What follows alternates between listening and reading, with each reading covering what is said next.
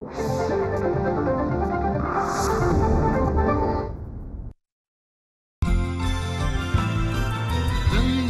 नजाऱ्याची रंगीन दुनिया, रंगीत दुनियेची रंगीन जादू. नजारे निराळे सितारे तराने, अदाए तूफानी दिल हुए बेकाबू. अनोखे दीवाने अंदाज प्यारे, त्यांच्या कामाची जादू नावाची जादू. बघूयात यांच्या या हुकमी टेक्यांची दुसरी बाजू, दुसरी बाजू, दुसरी बाजू. नमस्कार. सह्याद्रीच्या दुसरी बाजू या कार्यक्रमामध्ये आपलं सगळ्यांचं मनपूर्वक स्वागत. नेहमीप्रमाणेच आपण याही वेळेला एक अतिशय जबरदस्त पाहुणा बोलवलेला आहे. मित्रांनो, आजचा हा जो पाहुणा आहे त्याला तुम्ही कधी पडद्यावरती, रंगमंचावरती, टेलिव्हिजनवरती कधी पाहिलेलं नाही, पण तरीसुद्धा हा पाहुणा फारच महत्त्वाचा आहे. जगामध्ये आपल्या भोवताली घडणाऱ्या प्रत्येक गोष्टीच्या पाठीमागे एक मॅथमॅटिक्स असतं, गणित शास्त्र असतं. तर कलेच्या प्रांतामध्ये सुद्धा शास्त्र आणि गणित याच्या उत्तम ज्ञानावरती एक माणूस काय काय करू शकतो जगामध्ये, ते आज आपण इथे येणाऱ्या पाहुण्याच्या बद्दलची माहिती मिळणार आहेत, त्याच्याशी आपण ज्या गप्पा गोष्टी करणार आहोत त्याच्यातून आपल्याला कळणार आहे. आणि हा भारतातला एकमेव मनुष्य असा आहे की तो जे जे काही करतोय ते यापूर्वी भारतात कोणी केलं नव्हतं. तर अशा या पाहुण्याला आपण इथे बोलवतो. त्यापूर्वी त्याचं नाव मी जरूर सांगतो, कारण तसं नाव माहिती नाही आहे लोकांना. डॉक्टर उज्ज्वल निरगुडकर. डॉक्टर उज्ज्वल निरगुडकर. त्यांना इथे बोलवण्यापूर्वी आपण त्यांच्यावरती तयार केलेली एक चित्रफीत पाहणार आहोत. पहा. केमिकल इंजिनिअरिंगची डिग्री मिळवल्यानंतर उज्ज्वलजी फिल्म सेंटरमध्ये काम करू लागले.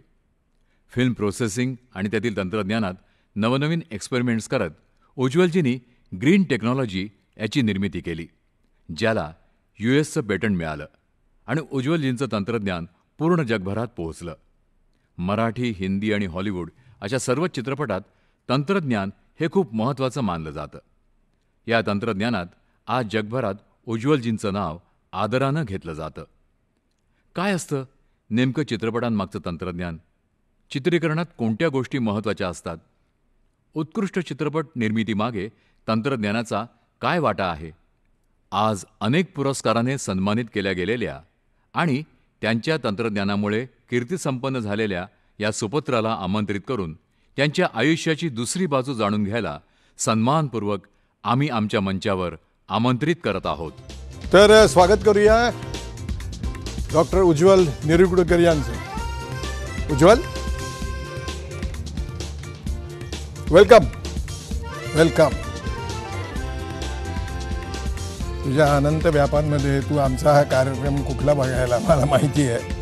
इथे बसायचं आणि गप्पा मारायच्यात आपल्याला, आणि तू कोण आहे सगळ्या भारताला कळवायला पाहिजे आपल्याला. प्लीज.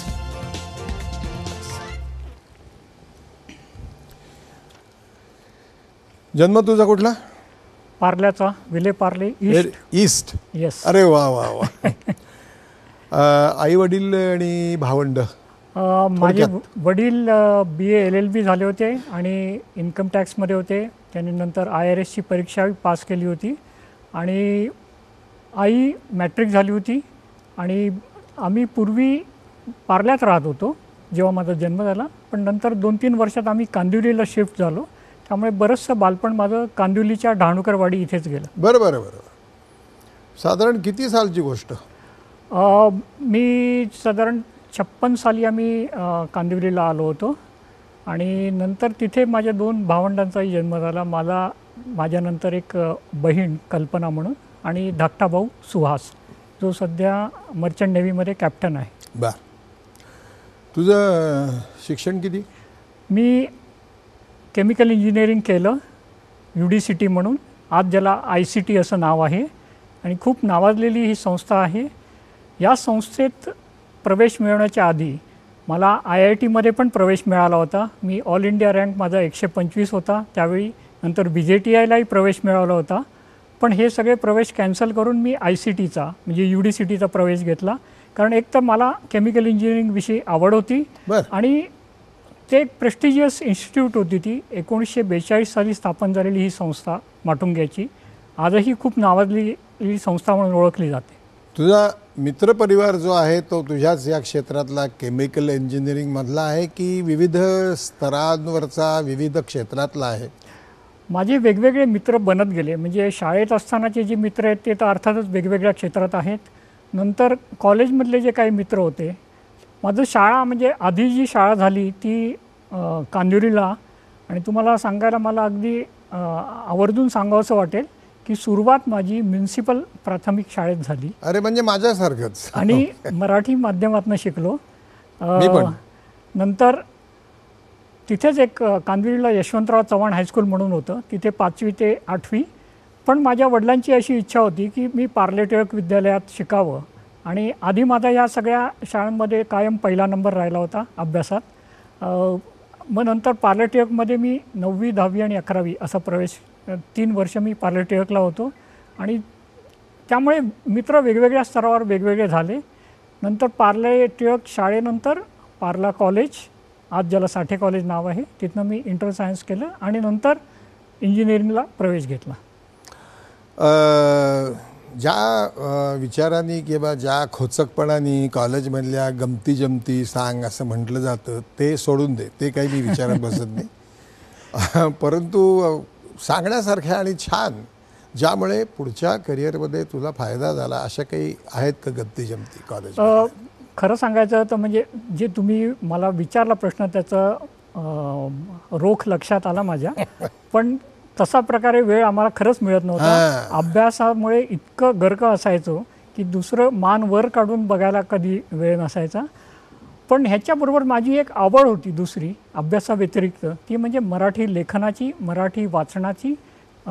मी खूप पार्ले टिळकमध्ये आल्यावर तर मला खूप छान पुस्तकं वाचायला मिळाली.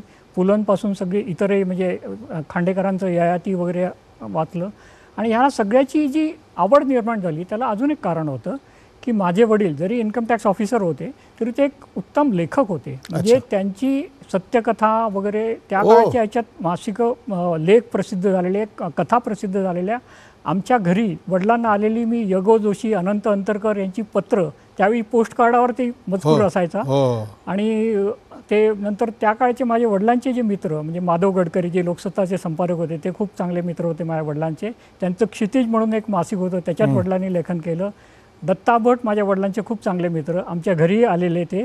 आणि ह्या सगळ्यांशी म्हणजे एक सांस्कृतिक संबंध तो थोडाफार वारसामार्फतही आला आणि त्यांचा लेखनाचा वारसा माझ्यातही आला. आणि याची थोडक्यात सुरुवात सांगायची तर मी शाळेत जेव्हा होतो पार्ले टिळकला 9वीत जेव्हा पहिल्यांदाच मी गेलो तेव्हा तिथल्या हस्तलिखित मासिकं निघायची. त्याच्यात मी एक विनोदी लेख लिहिला होता रेशन म्हणून. आणि नंतर ज्या 7 तुकड्यांमधनं ते परत त्याचे क्रमांक लावायचे आणि पहिल्या 3 क्रमांकात मला बक्षीस मिळालं आणि तो त्याच्या वार्षिकात तो छापून आला लेख. आणि ते माझ्या मते माझं पहिलं प्रकाशित साहित्य. अर्थात त्याच्याही थोडंसं आधी आकाशवाणीचे जे गंमत जम्मत कार्यक्रम व्हायचे त्याच्यासाठी मी खूप पत्र लिहायचो आणि माझी पत्र इतकी छान असायची की ती वाचून दाखवायची. ते ह्या आकाशवाणीशी नंतर खूप संबंध आला. तर असं बालपण म्हणजे अभ्यासाव्यतिरिक्त दुसरा छंद किंवा आवड म्हटले तर मराठी साहित्याची होती. सुरुवात तर तू तुझी जी काही केलीस आयुष्याची ती केमिकल इंजिनिअरिंग म्हणून केलीस, पण तरीही मग तू ज्या क्षेत्रामध्ये आता तू आहेस आणि ज्याबद्दल आता माहिती आम्ही तुझ्याकडून काढून घेणार आहोत ते सिनेमाचं क्षेत्र, तिथे कसं काय वळलास? मी मगाशीच तुम्हाला सांगितलं की मला दोन्ही याची आवड होती. म्हणजे विज्ञानाची तर आवड नक्कीच होती म्हणून तर मी इंजिनियर झालो, पण त्याचबरोबर साहित्याची आवड होती, मराठी साहित्याची आवड होती आणि इतरही म्हणजे कलेची आवड होती. तुम्हाला सांगायला आश्चर्य वाटेल की मी आविष्कारचं नाट्यशिबिरही केलं आहे. हो. तेव्हा रोहिणी हट्टंगडी नव्हत्या तेव्हा, त्या रोहिणी ओक आणि जयदेव हट्टंगडी यांच्याखाली ट्रेनिंगही घेतलं आहे. या सगळ्याचा उद्देश हाच होता की एक आवड होती म्हणून. आणि मग काय झालं की मी जेव्हा नोकरी लागली मला, तेव्हा अर्थातच केमिकल इंजिनियर असल्यामुळे एका पेट्रोकेमिकल कंपनीत सुरुवात झाली माझी. अमाइन्स अँड प्लास्टिसायझर्स लिमिटेड म्हणून ही एक ठाणा बेलापूर रोडमध्ये एक कंपनी होती. पण तिथे माझं मन एवढं रमत नव्हतं. आणि मला नेहमी असं वाटायचं की एखाद्या केमिकल इंजिनियरनी केमिकल कंपनीत जर काम केलं तर ते कॉन्ट्रीब्युशन कधी विशेष दिसून येणार नाही, कारण तिथे अजून 50-100 इंजिनियर काम करत असणार. तर आपण असं काहीतरी केलं पाहिजे की जिथे माझं कॉन्ट्रीब्युशन किंवा जे काय मी केलेलं योगदान आहे ते संपूर्ण जगाने ओळखलं पाहिजे, ही सुप्त इच्छा तेव्हा पण होती. आणि त्याचा मला एक फायदा झाला की अर्थात जी सुरुवात झाली या जॉबची, म्हणजे फिल्म सेंटरला मी 11 मे 1981 रोजी जॉईन झालो, फिल्म सेंटर लॅबोरेटरी. पण तिथली जी सुरुवात झाली मुळात ती काय मला नेमकं माहीत नव्हतं की मी फिल्म सेंटर म्हणजे ताडदेव यस, की जिथे भारतातली सगळ्यात मोठी लॅबोरेटरी त्यावेळी, आणि जवळजवळ हिंदी सिनेमातले सगळेच म्हणजे मेन प्रोड्युसर्सनी तिथे कामं केलेली आहेत. तिथे म्हणजे यशराज, राजश्री, देवानंद हे सगळ्या लोकांची म्हणजे बघायला मिळाली कामं. अमिताभ बच्चनना बऱ्याच वेळा जवळून बघायला मिळालं तिकडे, आणि सगळेच नटनट. आणि त्याचबरोबर माझी एक आवड तिथे होती की मला गाण्यांची आवड होती. इनफॅक्ट मी आणि माझी पत्नी यांच्यातला कॉमन दुवा मराठी गाण्यांची आवड हा आहे. अर्थात त्या विषयावर मी बोलतो. पण तिथे मला फिल्म सेंटरचा जो रेकॉर्डिंग स्टुडिओ होता तिथे लाईव्ह रेकॉर्डिंग किशोरदा, लताजी, आशाजी यांचं बघायला मिळालं. किशोर कुमार आणि R.D. बर्मन बंगालीत एकमेकाला कसं गमतीशीर बोलून गाण्याच्या आधी कसे एकमेकांच्या कोपरखेळा हे करायचे, हे सगळं अनुभवलं. आणि खरंच तो अनुभव जो होता तो मला तरी आता असं वाटतं की असा अनुभव कोणालाच कधी मिळणार नाही, कारण आता हे पूर्ण तंत्र बदलली आहेत. इव्हन गाण्याचं रेकॉर्डिंगसुद्धा तुकड्यात होतं. एकत्र असं संपूर्ण जो लवाजमा असतो सगळ्या साहित्य वाद्यवृंदाचा, तो एकत्रितरित्या असं कधीच बघायला मिळणार नाही. लग्नाचा कधी योग आला तुझा? माझं लग्न 1983 साली झालं. माझी पत्नी रिझर्व्ह बँकेत काम करते सध्या, ती BKC इथे मॅनेजर म्हणून आहे. आणि आमचा जो योग आला ना तो म्हणजे ठरवूनच लग्न झालेलं आहे, आईवडिलांच्या संमतीने दोघांच्याही. पण त्यावेळी मला बऱ्याच वेळा असं वाटायचं की जेव्हा मी लग्न करतोय तेव्हा जी पत्नी असेल तिने माझी इच्छा ओळखली पाहिजे, मला काय पुढे करायचं आहे करिअर किंवा हे ओळखलं पाहिजे. बऱ्याच लोकांना एक केमिकल इंजिनियर फिल्म इंडस्ट्रीत काम करतोय हे काही पटत नव्हतं, म्हणजे कदाचित त्यांना ते रुचतही नव्हतं. आणि 1981 सालचा जो काळ होता जेव्हा मी सुरुवात केली तेव्हा तर हे फारच नवीन होतं. माझ्या मते मी पहिलाच केमिकल इंजिनियर असेल की ज्यांनी फिल्म इंडस्ट्रीत असं काम केलं असेल भारतातनं. तुझा पुढचा जो प्रवास आहे त्याबद्दल, म्हणजे लग्न कसं झालं आणि तुझ्या मुली यांच्याबद्दल माहिती, आणि थोडक्यात माहिती, आणि त्या काय म्हणतात तिघीजणी ते हे आपण बघणार आहोत. त्यापूर्वी थोडीशी विश्रांती. मित्र हो, एक थोडीशी विश्रांती, छोटीशी विश्रांती घेतो आहोत आपण. पुन्हा येतो आहोत भेटीला. पाहत रहा दुसरी बाजू.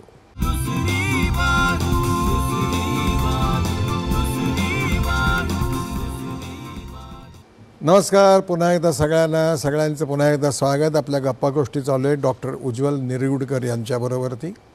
उज्ज्वल, तर लग्नाबद्दल तू सांगत होतास 83 साली तुझं काहीतरी लग्न झालं. ती वहिनी ही पार्ल्यातली का बाहेरची कुठे? नाही, मी तेव्हा आम्ही आधी पार्ल्यात राहायचो, नंतर डहाणूकरवाडी, आणि नंतर मी 10वीत 11वीत असताना साधारण आम्ही गोरेगावला शिफ्ट झालो होतो, आणि ती पण गोरेगावचीच.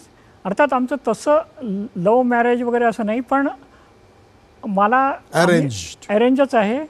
पण तिने थोडा वेळ घेतला होता होकार द्यायला, त्यामुळे मी परत माझी आई आणि बहिणीला त्यांच्या घरी पाठवलं होतं की का बाबा काय काय अडलंय तुमचं. मुख्य कारण हेच असेल की केमिकल इंजिनियर आणि आता सिनेमाकडे कुठे जात आहे मुलगा तो. नाही, असं नव्हतं माझ्या मते, पण तिला केमिकल इंजिनिअरिंगविषयी आवड होती. आणि मी जे काय केलं, मी खरं सांगतो, आज जो काही मी इथे आहे तिच्या पूर्ण सहकार्याशिवाय इथे असणं शक्यच नाही, कारण या निमित्ताने खूप खडतर प्रवास होता. सुरुवातीचा प्रवास कधीच कोणाचा इतका सोपा नसतो. त्यानिमित्ताने बऱ्याच ठिकाणी मग परदेश वाऱ्याही कराव्या लागल्या. या सगळ्यात संपूर्ण कुटुंबाची जबाबदारी, एक मी मोठा मुलगा त्यामुळे माझ्या पत्नीवरच ऑटोमॅटिकली पडत होती आणि ती जबाबदारी नुसतं दोन्ही मुलींचं शिक्षणाचंच नाही तर माझ्या आईवडिलांचं सगळं बघणं किंवा त्याबरोबर नोकरीसुद्धा सांभाळणं, हे सगळं तिने खूप चांगल्या रीतीने पार पाडलेलं आहे आणि त्या सगळ्या तिच्या सहकार्यामुळेच आज मी तुमच्यासमोर ही मुलाखत द्यायला बसलेलो आहे. या तिघींच्या बद्दल म्हणजे अर्चना, प्राची आणि ही स्नेहा, तिघींचंही आपण हे पाहिलं. त्याला कधी असं वाटलं का उज्ज्वल की म्हणजे प्रथम हिला बायकोला की आपण एका अनामिक अशा एका वर्तुळात उडी मारलेली आहे जिथे अंधार आहे, असं वाटलं का कधी? नाही, एक तर म्हणजे तिला नेमकं काय वाटलं असेल हे मला माहीत नाही आहे, पण तिने माझ्या प्रत्येक कामात साथ दिली. मला जेव्हा जेव्हा कधी खडतर प्रसंग आले तेव्हासुद्धा एक मानसिक धैर्य द्यायचं कामही तिनेच केलेलं आहे. आणि असे प्रसंग प्रत्येकाच्या आयुष्यात येतच असतात, कधी प्रोफेशनल मध्ये असतात, कधी वैयक्तिक आयुष्यातले असतात, पण हे तिने खूप धीराने सगळे प्रसंग सांभाळलेत. त्यामुळे मला वाटतं की तिची मला कायमच साथ आहे, आजही आहे. मग फिल्म सेंटरला ही पहिली तुझं काम सुरू झालं तर फिल्म सेंटरला का? येस. ते कशी काय संधी मिळाली तिकडे? हां, तेव्हा काय झालं होतं की एक टाइम्स ऑफ इंडियामध्ये जाहिरात आली होती आणि ते IDM म्हणून जी रिक्रुटिंग कंपनी, IBMचं तेव्हा इंडियनायझेशन होतं, त्या कंपनीतर्फे हे केलं होतं. मला एक्झॅक्टली माहीत नव्हतं की कुठल्या कंपनीसाठी ही जाहिरात आहे, पण त्याच्यात एंटरटेनमेंट फील्ड असं लिहिलं होतं आणि मला वाटलं की हे माझ्या आवडीचं क्षेत्र आहे तर आपण याच्यात प्रयत्न करूया. आणि मग त्याच्यातनं त्यांनी काहीतरी 30 जणांना बोलवलं होतं. त्यांची लेखी परीक्षा, मग इंटरव्ह्यूज, हे सगळे IDMच्या ऑफिसमध्ये झाले. आणि शेवटचा इंटरव्ह्यू जेव्हा होता तेव्हा 3 जणांना, जे फायनली 3 सिलेक्ट झाले होते, त्यांनी फिल्म सेंटरच्या ऑफिसमध्ये बोलवलं, ताडदेवच्या. तेव्हा मला नेमकं कळलं की ही कंपनी फिल्म सेंटर काय करते. आणि फिल्म सेंटरनी पहिल्यांदाच प्रोफेशनली अशी रिक्रुटमेंट करण्याचा प्रयत्न केला होता त्या वर्षी. त्यामुळे त्याच्या आधी त्यांनी असं कधी केलं नव्हतं. साधारण किती साल असेल हे? मी सांगितलं मे 81ला मी एक्झॅक्टली जॉईन झालो. Before your marriage? Yes, before my marriage. आणि म्हणूनच म्हटलं की त्या पत्नीने ते ऐकूनही ते ॲक्सेप्ट केलं. फिल्म लॅबला टेक्निकल डायरेक्टर म्हणून तू जेव्हा काम करायला सुरुवात केलीस त्यावेळेला तिथे कशी काय, म्हणजे डायरेक्टर म्हणून कशी काय संधी मिळाली एकदम? त्याच्यामधला बराच काळ आहे ॲक्च्युली. कारण फिल्म सेंटर 81ला जॉईन झालो तेव्हा माझं अगदी पहिलं काम होतं निगेटिव्ह प्रोसेसिंग मशीन बनवायचं. मशीन बनवायचं? हां, त्याला एक कारण आहे की त्या काळी आपल्या देशात जी इम्पोर्ट ड्युटी होती ती 200 ते 300% होती. त्यामुळे अशी मशीनं आयात करणं हे फार कठीण होतं. आणि कोडॅकनी काही प्रोसेसेस बनवल्या होत्या, त्यांच्या हुकूम ती मशीन बनवायचं काम माझं पहिलं होतं. आणि एक 6 महिन्यातच पहिलं मी ते निगेटिव्ह प्रोसेसिंग मशीन बनवलं. आणि त्यावेळेचे आमचे जे मॅनेजिंग डायरेक्टर आहेत रमेशभाई पटेल, त्यांना ते खूप आवडलं. त्यांनी अगदी माझं खास अभिनंदन केलं त्याच्यासाठी. आणि मला अजूनही आठवतं आहे की त्या मशीनवर जी पहिली फिल्म प्रोसेस झाली होती ती राज बब्बर यांची दुल्हा बिकता है ही फिल्म होती. अच्छा. आणि नंतर त्या मशीनवर आम्ही म्हणजे त्या काळातले जो सगळे सुपरहिट फिल्म त्याच्यावर प्रोसेस झाल्या होत्या. डू यू वॉन्ट टू से उज्ज्वल की भारतामधलं निगेटिव्ह प्रोसेसिंगचं पहिलं मशीन दॅट वॉज? नाही, पहिलं मी म्हणू शकणार नाही. ही हॉट प्रोसेस तेव्हा आली होती कोडॅकची. त्या हॉट प्रोसेसचं पहिलं मशीन होतं. त्याच्या आधी कोल्ड प्रोसेस होती कोडॅकची. बरं. त्यामुळे ते नवीन बनवावं लागलं होतं मशीन. बरं. So that's why you became the director of the film lab? नाही, तेव्हा मला प्रमोशन, आधी माझी जी सुरुवात झाली होती ती डेप्युटी प्लांट मॅनेजर म्हणून होती फिल्म सेंटरला. नंतर मला टेक्निकल मॅनेजरचं प्रमोशन दिलं. आणि नंतर 2000 साली असं झालं की तेव्हा त्यांना फिल्म सेंटर ही त्यांच्या काही वैयक्तिक कारणासाठी त्यांना ती कंपनी बंद करायची होती. आणि त्याच ग्रुपला त्यांनी दुसऱ्या नावाने कंपनी चालू करायची होती. आणि तेव्हा मी ती फिल्म लॅब स्थापन झाली 2000 साली. आणि त्या 2000 साली माझी जी नेमणूक झाली ती जनरल मॅनेजर टेक्निकल म्हणूनच झाली होती फिल्म लॅबला, आणि ती आम्ही गोरेगावला चालू केली. म्हणजे गोरेगावला अगदी कंपनीसाठी प्लॉट विकत घेण्यापासून म्हणजे हबच्या पलीकडे ते पूर्ण बिल्डिंग बांधण्यापर्यंत त्या सगळ्या कामात माझा सहभाग होता. आणि आमचे जे मॅनेजिंग डायरेक्टर संजय भाई पटेल त्यांचा माझ्यावर पूर्ण विश्वास होता आणि त्यामुळे त्यांनी मला पूर्ण स्वातंत्र्य दिलं होतं. आणि आम्ही एक नवीन प्रकारे म्हणजे मॉडर्न लॅबोरेटरी भारतातली पहिली अशी तिथे निर्माण केली. फास्टेस्ट लॅब होती, म्हणजे दिवसाला 100पेक्षा जास्ती प्रिंट्स बनवू शकायच्या आणि प्रोसेस व्हायच्या अशी ती लॅब होती. भारतातली सगळ्यात जास्ती कॅपॅसिटी. आणि मला एक खूप चांगलं संधी तिथे मिळाली की आम्ही लॅब शिफ्ट करत होतो ताडदेहून गोरेगावला, त्यामुळे ती लॅब बनत होती आणि त्यामुळे काही एक्सपेरिमेंट करायची संधी मला मिळत होती. त्यातलाच एक एक्सपेरिमेंट मी केला की केमिकल, आता जे फिल्म प्रोसेसिंग होतं त्याच्यात खूप वेगवेगळ्या स्टेप्स असतात. त्याच्यात ब्लिचिंगची एक स्टेप असते. त्या ब्लिचिंगच्या स्टेप्समध्ये पोटॅशियम फेरिसायनाइड नावाचं केमिकल वापरलं जातं. आता हे खूप घातक केमिकल आहे आणि पर्यावरणालाही खूप घातक आहे. तर त्याला एखादं पर्यायी केमिकल आपल्याला शोधता येईल का असा माझ्या मनात विचार होता. आणि त्यावेळी मला एक केमिकल असं सापडलं. ते केमिकल बनवणारी कंपनी होती ॲक्झो नोबेल, जे नोबेल प्राईज ज्यांच्या नावाने दिलं होतं त्यांनी स्थापन केलेली ही कंपनी. ती डच कंपनी होती, नेदरलँड्समध्ये त्यांचं हेडक्वार्टर होतं. तर त्यांचं एक केमिकल वापरून 2004 साली मी एक्सपेरिमेंट्स केले, ते यशस्वी केले. आणि तरीही मला काय वाटलं की आता हे जर आपण एक्सपेरिमेंट्स यशस्वी केले त्याच्यात एक तर काय झालं की पर्यावरणाचं तर संरक्षण होतंच होतं, पण त्याच्याबरोबर त्या इमेजेसचे कॉन्ट्रास्ट चांगले मिळत होते. म्हणजे जे ब्लॅक्स आम्ही म्हणतो निगेटिव्ह पिक्चरमध्ये, ते ब्लॅक खूप चांगले मिळत होते कॉन्ट्रास्ट चांगला असल्यामुळे. आणि म्हणून मला असं वाटलं की हे आपण पूर्ण जगात हे का नाही नेऊया. मग त्यावेळी मी ते प्रयत्न केले ॲक्झो नोबेलशी बोलण्याचा. त्यांच्या ती मल्टीनॅशनल कंपनी असल्यामुळे त्यांच्या सिंगापूर ऑफिसतर्फे माझा संपर्क होता, पण त्याच्यात बराच वेळ गेला. म्हणजे 2004 साली मी हे सुरू केलं. पण माझ्या दृष्टीने एक खूप चांगली गोष्ट घडली.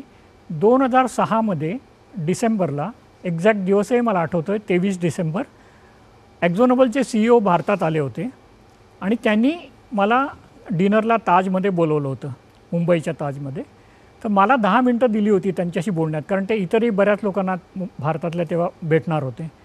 तर त्या 10 मिनटात मी त्यांना हे महत्त्व पटवलं की अशा प्रकारचं केमिकल जे ॲक्झो नोबेल बनवते पण तुम्हाला माहीत नाही की त्याचा फिल्म इंडस्ट्रीत वापर होऊ शकतो आहे, तर आपण का हे करू नये की आणि पूर्ण जगात आपण हे न्यावं, कारण हे पर्यावरणाला चांगली आहे ही संकल्पना ग्रीन केमिस्ट्री जी आहे.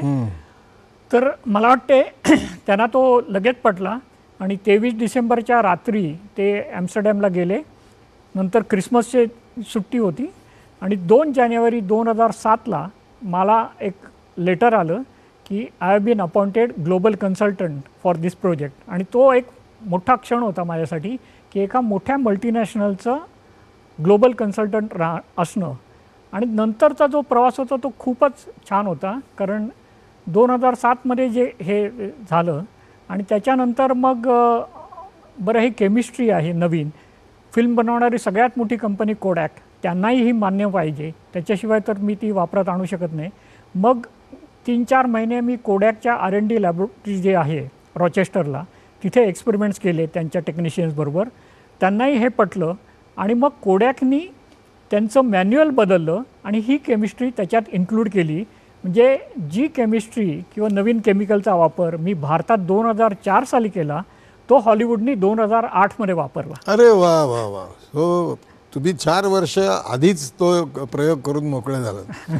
याच्या पुढच्या सगळ्या भागाबद्दल माहिती आणि या सगळ्याचा जो फायदा मला झाला की त्यामुळे काय झालं की ही आणि हे जे सगळं मला हॉलिवूडमध्ये पण सादर करायचं होतं. तर तिकडे एक कॉन्फरन्स होती, हॉलिवूड गोज ग्रीन. तर त्या कॉन्फरन्समध्ये मी स्पीकर म्हणून मला बोलवलं होतं आणि ही पूर्ण टेक्नॉलॉजी मी तिथे सादर केली.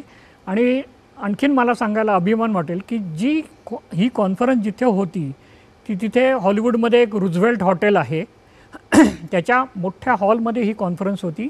आणि ती एक्झॅक्ट जागा की जिथे पहिली ऑस्कर अवॉर्ड्स दिली गेली होती, त्या जागेवर मला ही सादर करायला मिळालं. त्यामुळे तो क्षण माझ्यासाठी नक्कीच आनंदाचा होता. Very good, very good. एक छोटीशी विश्रांती घेऊया. पुढचं फारच इंटरेस्टिंग असणार आहे, खात्री आहे माझी. मित्रांनो, एक छोटीशी विश्रांती.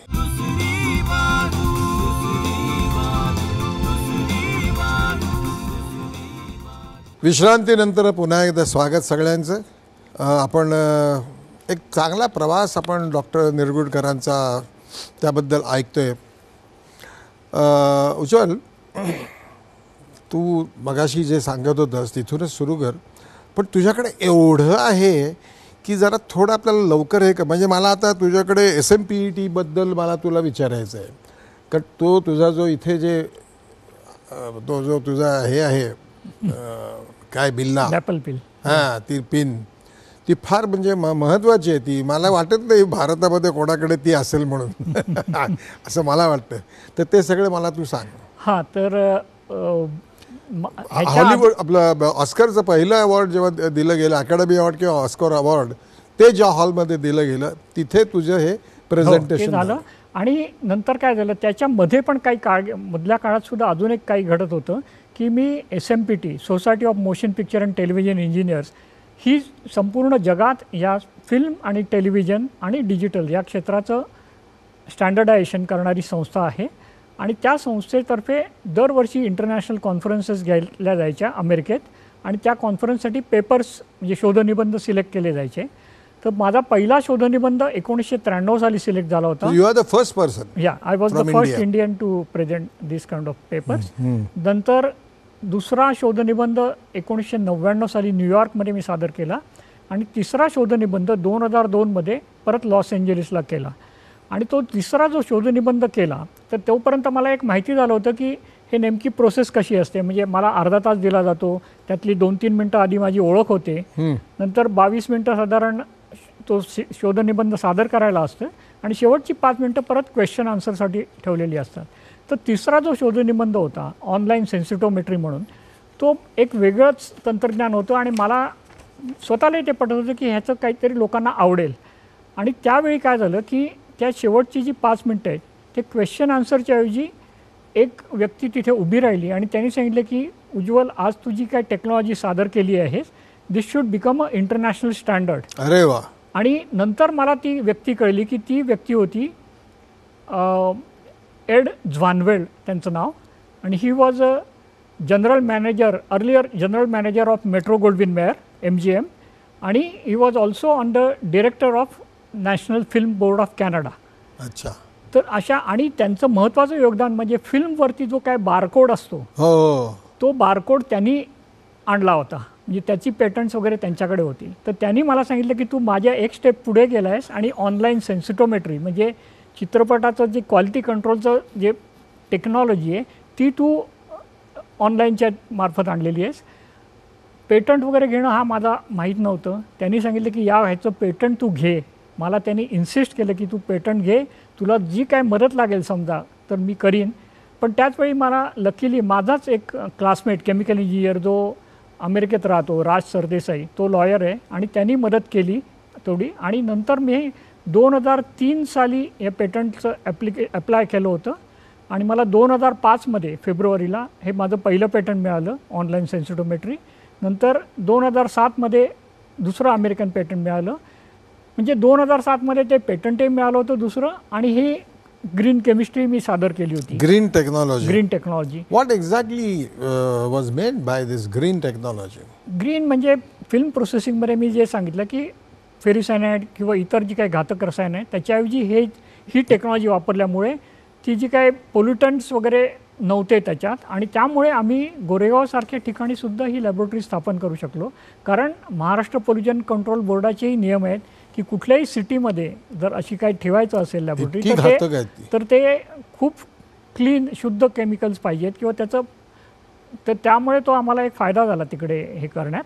आणि हे सगळं मी केलं, आणि पूर्ण ग्लोबली म्हणजे ॲक्झोनोबलचं जेव्हा माझ्याशी कॉन्ट्रॅक्ट झालं 2007मध्ये, तेव्हा मी मग पूर्ण जगभरातल्या लॅबोरेटरीमध्ये ही टेक्नॉलॉजी आम्ही करण्यासाठी मग अमेरिकेत डिलक्स, टेक्निकलर, फोटोकेम या लॅबोरेटरी, मग लंडनला, मग बार्सेलोना, बऱ्याच ठिकाणी अशा ठिकाणी मला जायला लागलं. म्हणजे 2007 ते 2014 हे जी 7 वर्ष आहेत त्याचा प्रचंड प्रवास झाला म्हणजे जगाचा या निमित्ताने. आणि ह्या माझ्या कॉन्ट्रीब्युशनबद्दल 2007मध्ये SMPTनी मला फेलोशिप अवॉर्ड दिलं. Fellowship award is given for your outstanding contribution either in motion picture, television और अलाइड टेक्नॉलॉजी. आणि मला सांगायला नक्कीच अभिमान वाटतो की I am the first Indian, पहिला मी भारतीय आहे की ज्याला हे अवॉर्ड मिळालं. आणि त्या अवॉर्डचं ते एक सर्टिफिकेट मिळतंच, पण त्याच्याबरोबर एक विशिष्ट ही लॅपल पिन, ही जी लाल रंगाची पिन आहे SMPTची, अशी ती समारंभपूर्वक दिली जाते, तुम्हाला लावली जाते तिकडे.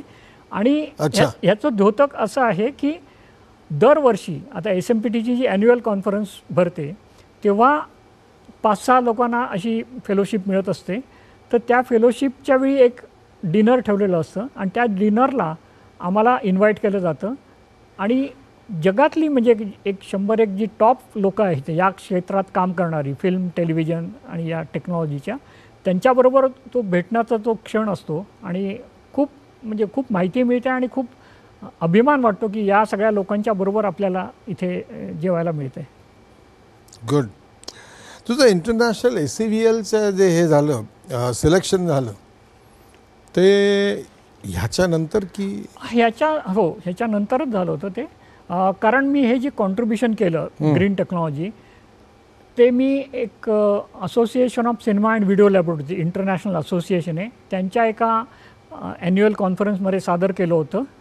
आणि नंतर त्या लोकांचे आत्तापर्यंतचे जे डायरेक्टर होते ते अमेरिका किंवा UK मधल्या कंपन्यांचेच लोक होते. तर त्यांना असं वाटलं की हा इतकं टेक्नॉलॉजी सादर करतो आहे, यांनी पेटंट्स मिळवली, तर आपण मलाही त्यांनी आमंत्रण दिलं की तुम्ही बोर्डावर येऊ शकता का आमच्या. आणि ते इन्व्हिटेशन मी स्वीकारून 2009मध्ये मला त्यांनी त्या बोर्डवर घेतलं. 2009 ते 2014, कारण नंतर 14 नंतर लॅबोरेटरीजचा बिझनेस खूप कमी होत गेला, त्यामुळे ती संस्था नंतर राहिली नाही. पण 5 वर्ष मला त्यांच्यावर काम करायला मिळालं आणि त्यानिमित्ताने वेगवेगळ्या ठिकाणी त्यांच्या परिसंवादात भाग घ्यायला मिळाला. त्यातला एक महत्त्वाचा प्रसंग मला आठवतो आहे. Library of Congress Washington DC जी आहे गव्हर्नमेंट, US गव्हर्नमेंटची, तिथे मला एक टेक्नॉलॉजी सादर करायला मिळाली. या परिषदेच्या निमित्त मेक्सिकोला मी काही टेक्नॉलॉजी सादर केली. नेमकं L6 आणि F2 हे जे टेक्निकल नाव आहेत ती, ह्या ज्या समित्या आहेत तर त्यांचं नेमकं काय काम असतं? या SMPTच्या समित्या होत्या. L6 वॉज लॅबोरेटरी टेक्नॉलॉजीची समिती आणि F2 ही फिल्म टेक्नॉलॉजी संबंधी समिती होती. आणि ह्या समित्यांचं काम असं होतं की ह्या क्षेत्रात काय नवीन स्टँडर्ड्स आणायची आहेत, तर काय बदल घडवायचे आहेत, काय करायचे, तर त्याच्या दर 3 ते 4 महिन्यांनी अशा मीटिंग्स व्हायच्या. त्यातल्या 2 मीटिंग ते SMPT कॉन्फरन्सला जोडून ठेवायचे, त्यामुळे तिथे मला प्रत्यक्ष सहभाग मी घेऊ शकत होतो. आणि त्या समित्यांवर मी भारताचं प्रतिनिधित्व केलं बरीच वर्ष. आणि त्यानिमित्ताने खूप जगभरातल्या म्हणजे त्या टेक्निशियन्सच्या ओळखी झाल्या. आणि एक नवीन काय घडतं आहे या क्षेत्रात आणि नवीन कुठली स्टँडर्ड्स येणार आहेत हे ठरवण्याचं काम इथे होत असल्यामुळे ॲटोमॅटिकली नवीन टेक्नॉलॉजीज काय येतात हेही कळत होतं त्या समितींवर. आणि त्यातलं एक छोटासा मुद्दा सांगतो. या समितीत तेव्हा नुकतंच 9/11 झालं होतं अमेरिकेत. आणि काय झालं की अचानक सगळ्या एअरपोर्टवर सिक्युरिटीसाठी त्यांनी एक्सरे मशीन्सची जी क्षमता आहे ती वाढवली होती, कारण त्यांना नीट सगळं दिसलं पाहिजे बॅग्समध्ये किंवा काय असेल. आणि ह्याचा लगेच घातक परिणाम फिल्मवर व्हायला लागला, कारण फिल्मच्या जायच्या एक्सरेमधनं त्याच्यावर जर एक्सरेचा डोस जास्ती झाला तर त्या फॉग व्हायच्या. आणि असा एक प्रॉब्लेम तिथे त्यावेळी झाला होता. पण त्या जे एअरपोर्टवरचे जे बोर्ड होते ते जुनेच होते, त्याच्यावर अजूनही फिल्म सेफ असंच लिहिलं होतं. तर मी ते कमिटीत ते मांडलं की हे जर एक्सरे वाढलेले आहेत डोस, तर हा फिल्म सेफ बोर्ड हटवण्यात यावा तिकडनं आणि त्याचे जे काही करेक्शन्स आहे म्हणजे लोकांना सांगण्यात यावं की याच्यातनं फिल्म गेली तर त्याच्यावर धोके असू शकतात. तर हे मग SMPTनी त्यांनी रेकॉर्ड केलं माझं स्टेटमेंट आणि नंतर SMPTतर्फे US गव्हर्नमेंटला ते पाठवलं गेलं. आणि नंतर काही दिवसांनी ते सगळे बोर्ड नष्ट झाले, म्हणजे काढून टाकले गेले फिल्म सेफ हा बोर्ड एअरपोर्ट्सवरचे. कारण त्याच्या मधल्या काळात मात्र बऱ्याच लोकांना म्हणजे ज्यांनी शूटिंग इथनं करून बाहेर नेलं किंवा बाहेरचं करून इथे आणलं त्यांना ते प्रॉब्लेम झाले होते. 1-1.5 वर्ष हा प्रॉब्लेम होत होता. म्हणजे कोट्यावधी रुपयाचं नुकसान होत असेल. नुकसान तर पैशापेक्षा जर शूटिंग जर परत करायला लागलं तर ते नुकसान फार जास्ती कठीण असतं. पुन्हा एकदा छोटीशी विश्रांती घेऊया. मित्रांनो, मैत्रिणींनो, कुठेही जाऊ नका, बघत राहा. एका महत्त्वाच्या माणसाबरोबर आपण गप्पा गोष्टी करतो दुसरी बाजूमध्ये.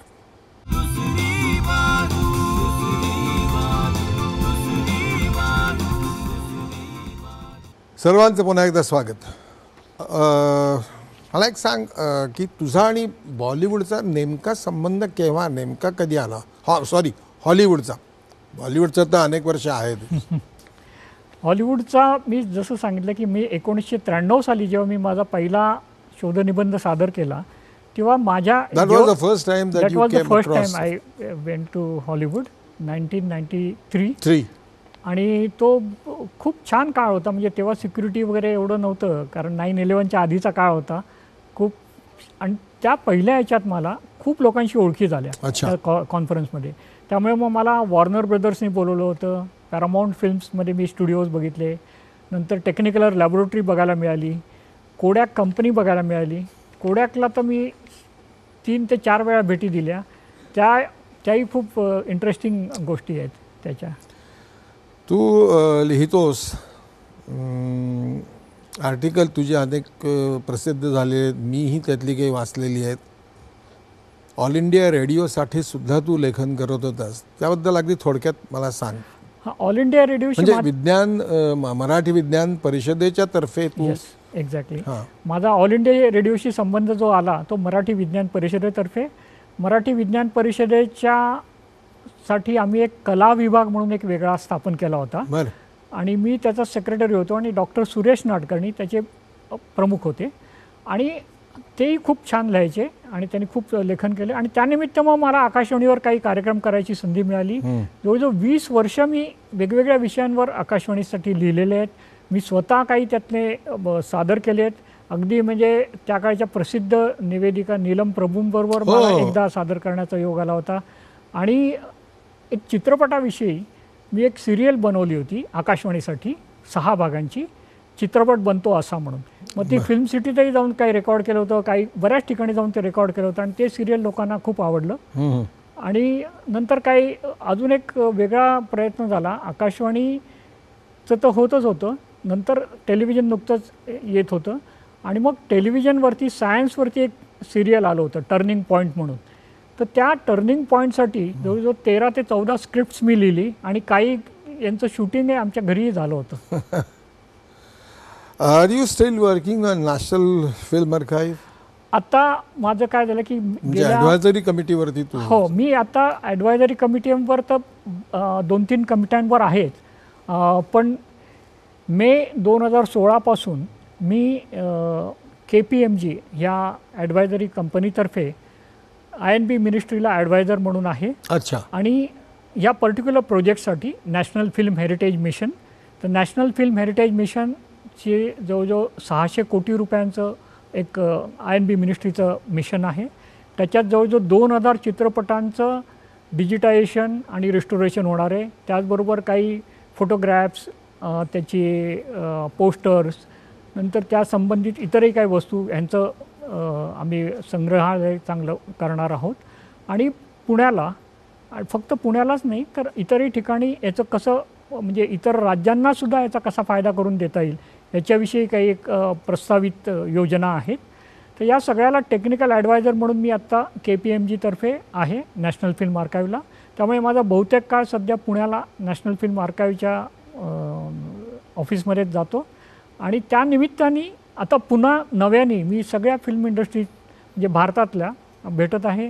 आणि अजून एक सांगायला आणखीन आनंद वाटेल की दिल्लीचं जे सिरी फोर्ट ऑडिटोरियम आहे, जिथे आपल्या नॅशनल अवॉर्ड्सच्या फिल्म्स दाखवल्या जातात किंवा तिथून ओबामांनी भाषण केलं होतं, इतकं प्रेस्टिजियस ऑडिटोरियम, तिथे जेव्हा डिजिटायझेशन झालं पहिल्यांदा, तर ती डिजिटल स्टँडर्ड्स, SMPTची डिजिटल स्टँडर्ड्स आणण्याचं काम पूर्ण मी केलेलं आहे तिथे. आणि आत्ता अगदी नुकतंच म्हणजे ब्रिक्स ती फिल्मचं एक फेस्टिवल होतं आणि ऑनरेबल व्यंकय्या नायडू मिनिस्टर त्यांनी त्याचं उद्घाटन केलं होतं. आणि त्याच्या 1 आठवडा आधीच आम्ही हे पूर्ण काम कॅलिब्रेशनचं पूर्ण केलं.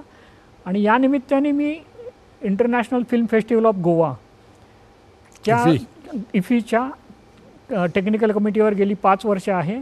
आणि तिथल्यासुद्धा सगळ्या थिएटर्सचं कॅलिब्रेशन करायचं काम आम्ही करतो.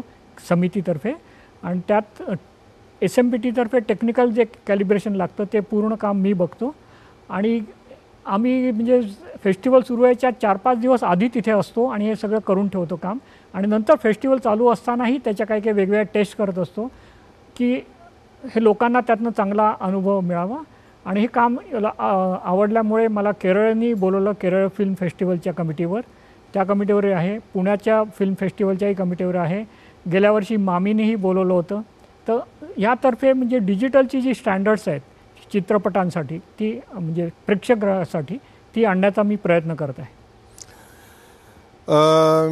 श्वास हा मराठीमधला पहिला चित्रपट ऑस्करला जाणारा किंवा जो पाठवला गेला तो पाठवला जाण्यामध्ये तुझा बराच मोठा सहभाग आहे, हे आम्हाला माहिती आहे.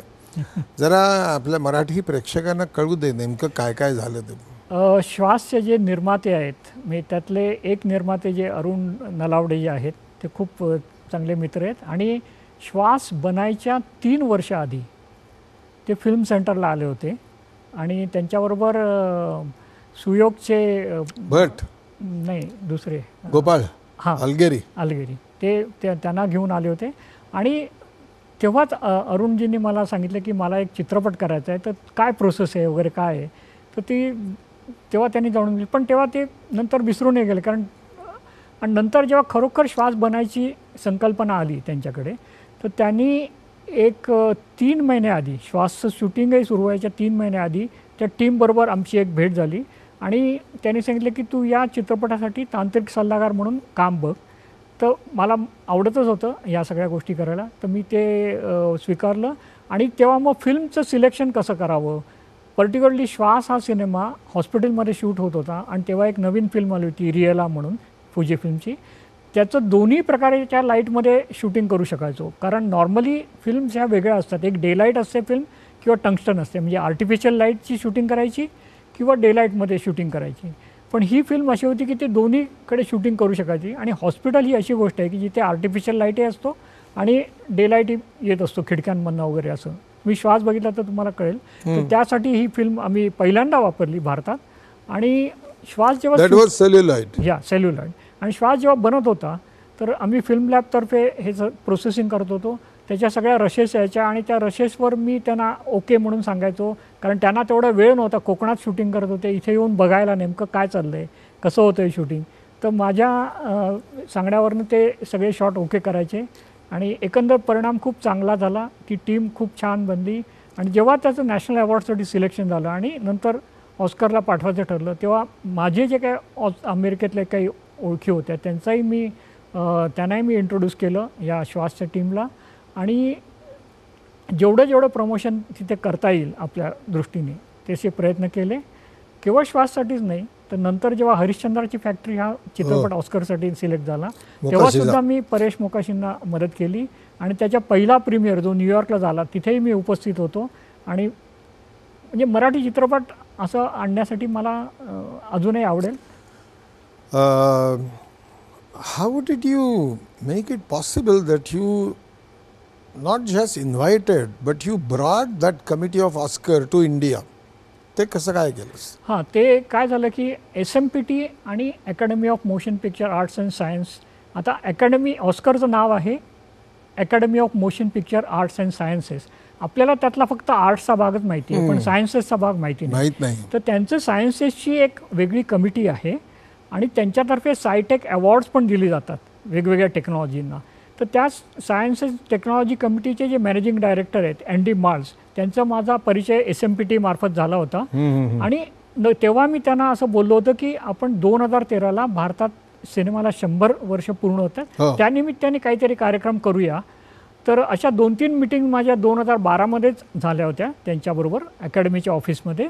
आणि नंतर मग त्यांनी एक प्रस्ताव दिला की अकॅडमीचं काही तांत्रिक पुस्तकं निघाली होती तेव्हा, डिजिटल डायलेमा म्हणून, तर त्याचं भाषांतर मराठीत करायचा येईल का वगैरे असं आम्ही चर्चेत ठरवलं. आणि मग मला वाटलं की हा खूप चांगला उपक्रम आहे, कारण ते पुस्तक जर आपल्यासारख्या देशाला उपलब्ध झालं, ही माहिती तांत्रिक माहिती, तर त्याचा खूप लोकांना फायदा होईल. तर मग 2013मध्ये ते प्रोजेक्ट सुरू झालं.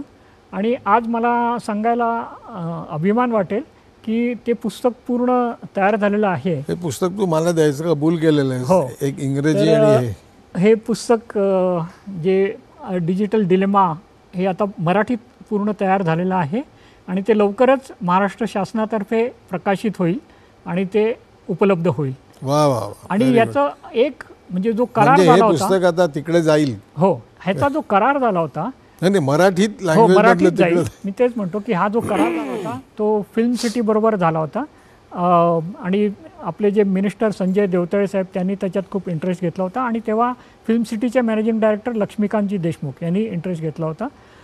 आणि हे याचं प्रकाशन म्हणजे ई प्रकाशन आम्ही आधी केलं होतं, पण पूर्ण पुस्तक आता तयार झालेलं आहे आणि हे पुस्तकाच्या 50 प्रती ऑस्करच्या लायब्ररीत कायमस्वरूपी राहतील. त्यामुळे मला तरी वाटतं की मराठी चित्रपटाला ऑस्कर कधी मिळेल हे आज तरी मी सांगू शकत नाही, पण हे मराठीचं पुस्तक ऑस्करपर्यंत पोहोचवण्यात मला यश आलेलं आहे आणि त्याचा मला नक्कीच अभिमान क्रेडिट वाटतो. Goes to you. बर, पुढच्या तुझ्या आता काय योजना आहेत? आता एक तर खूप एक चांगल्या प्रोजेक्टवर मी काम करतोय, नॅशनल फिल्म हेरिटेज मिशन. तर त्याद्वारे जे काही आपल्या देशात संग्रहित चित्रपट आहेत, काय झालंय की आता फिल्म लॅबोरेटरीज बंद पडलेल्या आहेत, त्यामुळे बऱ्याचशा एका गोष्टीबद्दल तुझा माझा एकदा फक्त तात्विक आपले मतभेद झालेले होते, इफ यू रिमेंबर. पण फायनली आता तुला तरी मी म्हणत होतो ते पटलं का? नाही नाही, नक्कीच. मी हे बघा, जेव्हा फिल्म चालू असतानाच मी डिजिटलचा अभ्यास मीही करत होतो आणि तुम्हाला मी एक पुस्तकही दाखवीन. 2004 मध्ये जेव्हा भारतातही फिल्म आली नव्हती, म्हणजे डिजिटल आलं नव्हतं, तेव्हा हेच डिजिटल सिनेमावर एक पुस्तक लिहिलं होतं डॉक्टर चार्ल्स स्वार्ट्स म्हणून, एक सायंटिस्ट आहे, आणि त्यांनी ते मला पुस्तक भेट म्हणून दिलं होतं 2004 मध्ये. तेव्हापासून माझा डिजिटलचाही अभ्यास सुरू होता. पण अर्थात फिल्मची आणि डिजिटलचं हे दोन्ही वेगळ्या गोष्टी आहेत, त्यांची तुलना तशी करणं कठीण आहे. पुढे जगाला काय परवडणार आहे, जी टेक्नॉलॉजी आज उपलब्ध आहे ती चांगल्या रीतीने कशी वापरता येईल याकडे आमचा आता कल आहे. This gentleman is the first Indian to have US patents in film technology. This gentleman is the first Indian to present technical papers at SMPTE, that is Society of Motion Pictures and Television Engineers, international conferences मध्ये. First Indian to have fellowship award from SMPTE at New York 2007. तेच ना तुझे? Yes. First Indian to be on the board of directors of International Association of Cinema and Video Laboratories. Global consultant for MNC AkzoNobel to promote non-polluting technologies worldwide, 7 to 14. And he first Indian to be appointed as representative by the Academy Oscars for their project. इतका मोठा माणूस आज आपल्या भेटीला येऊन गेलेला आहे. Doctor, आता एक छोटंसं काम करायचंस. आमच्या लोकांना सवय सगळी झालेली आहे कायम प्रकाशात राहणाऱ्या लोकांना भेटण्याची, पण आज ते प्रकाशातल्या लोकांना बघतात कोणामुळे ते व्यक्तिमत्व समोर येऊन बसल्यानंतर त्यांच्या लक्षात येईल. तू आता एक काम करायचं आहेस डॉक्टर, मी तुला मित्र म्हणून तुझा एक विनंती करतो की इथे ह्या कार्यक्रमाबद्दल तुला काय तुझ्या भावना झालेल्या आहेत तयार, तिथेच बस. एका ओळीमध्ये ह्या कार्यक्रमाबद्दल, दुसरी बाजू या कार्यक्रमाबद्दल तुला काय वाटलं एवढं तू इथे लिहायचंस. इथे आणि इथे आम्ही तुझा इथे लिही आणि इथे आम्ही तुझा फोटो लावू. ओके.